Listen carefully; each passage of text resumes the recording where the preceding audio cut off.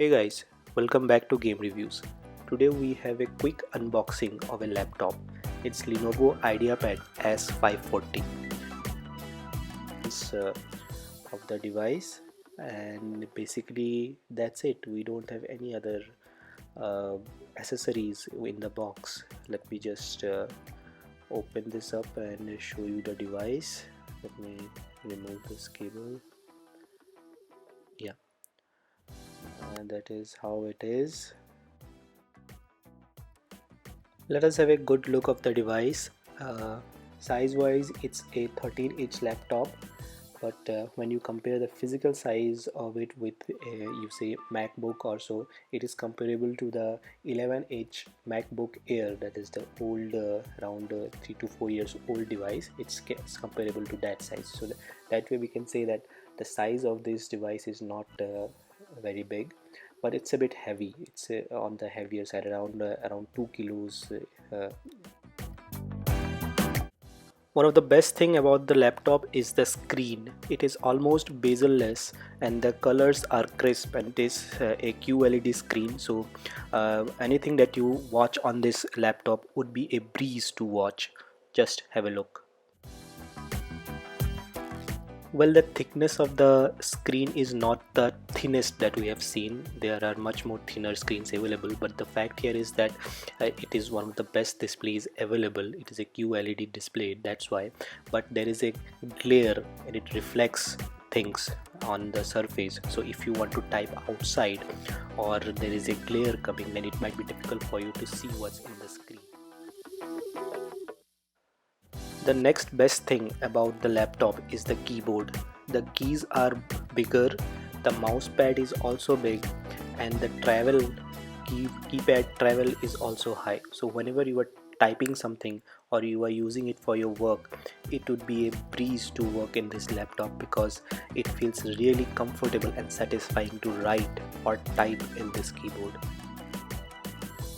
Have a look at the keypad travel, you would know what I am talking about. It really feels good to press the keys and feel the click. Let's talk about the ports in the laptop. Well, they're in short supply in here. On the right hand side, you have a USB normal port and a headphone jack and the power port, and then you have the mic pin. That's it.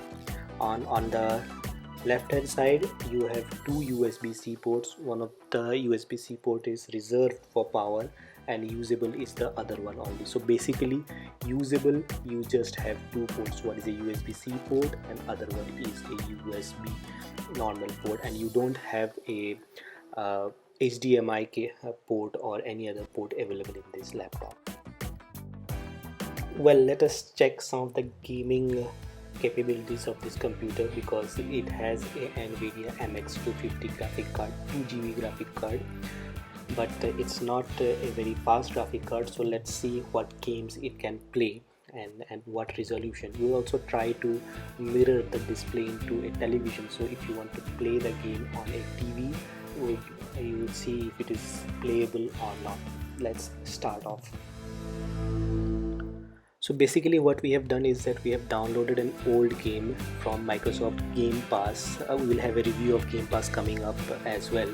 So this game is Alan Wake. It is around 6 to 7 years old game, and we would like to know that how the system plays this game, is able to do it on the highest settings or not, and we also try to mirror the display into the Amazon Fire Stick as well. So let's try it out. Here we have just started the game.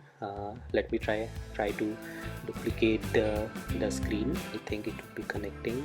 Yeah, I can see it trying to connect. See the screen. Yeah, it is connected, but yeah, the resolution is not correct, I think, so we have to work on the resolution, and then maybe we'll be able to play the game. Well, the resolution is a bit spooked up in here, so it is not a direct match to the TV resolution, and we have a full HD TV in here, so we have to work on the resolution and then we'll be able to start the game. Let me try the different resolutions available and let's see how it affects the screenplay. And we managed to start the game at the highest possible resolution, that is around 2K resolution or something, but we are not able to duplicate the screen on the TV to the highest resolution, and at this resolution the game is almost unplayable.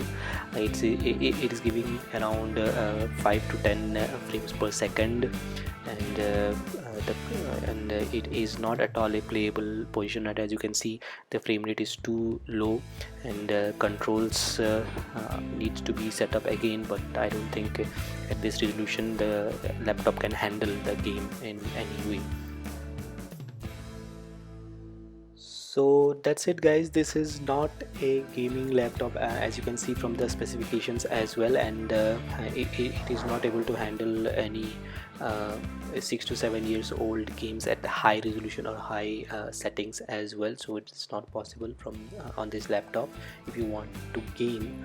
But definitely, if you're buying this laptop, you will not be buying it for gaming. It would be for your either personal office use or as a student use. So I think for official and student use, this laptop is quite sufficient. We'll be doing a little bit of video editing, light video editing in this laptop, so that's why we are going to test Adobe Rush and Movavi Video Studio in the laptop as well. We'll publish the set results very soon. Till then, we can say that the laptop is a package for the average or general user, but if you're a power user or if you're a gamer, this laptop is not for you.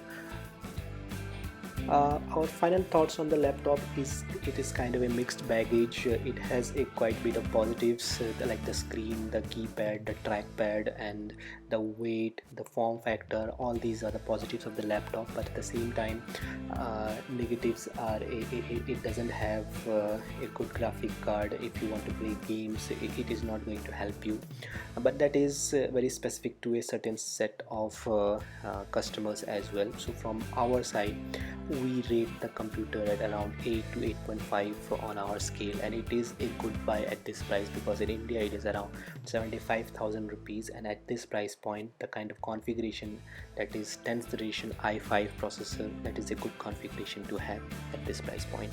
It is 8.5 from us. Thank you, guys.